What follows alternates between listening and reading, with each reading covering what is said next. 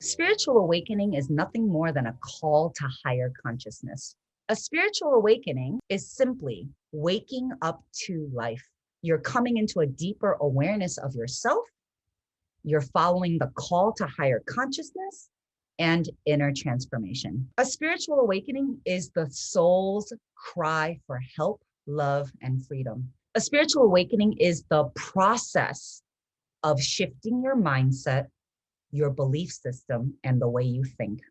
It's the ability to zoom out and see things as they are without attachment, ego, or story.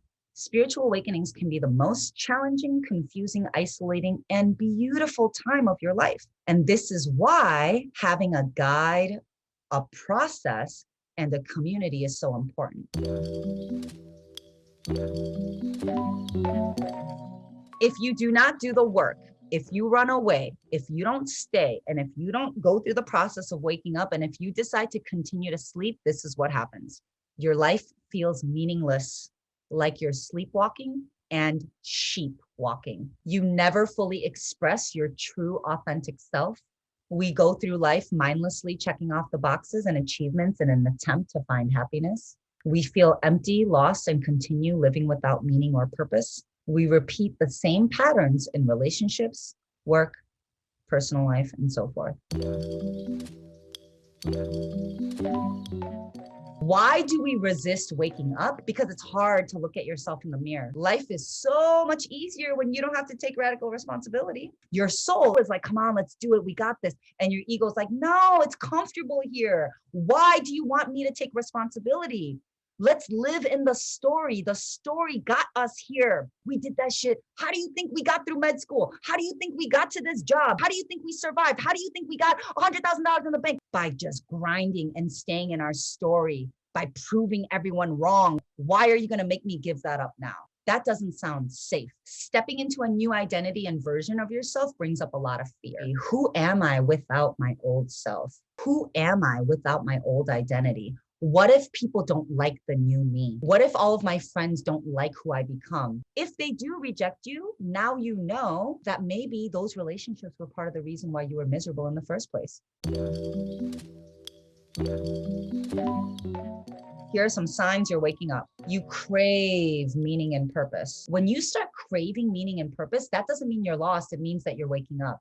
You begin asking yourself questions. You feel confused and overwhelmed because your paradigms are shifting. You feel the urge to purge. You realize that you've learned a lot of beliefs that don't serve you. You feel alone, isolated, and lost a lot.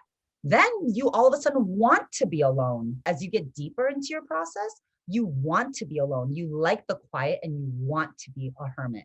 You experience synchronization often and you see magic everywhere. You become more sensitive to drama and the triangle. You become aware of your old habits and negative thoughts. You see how unhappy everyone is and you start noticing the gap of growth.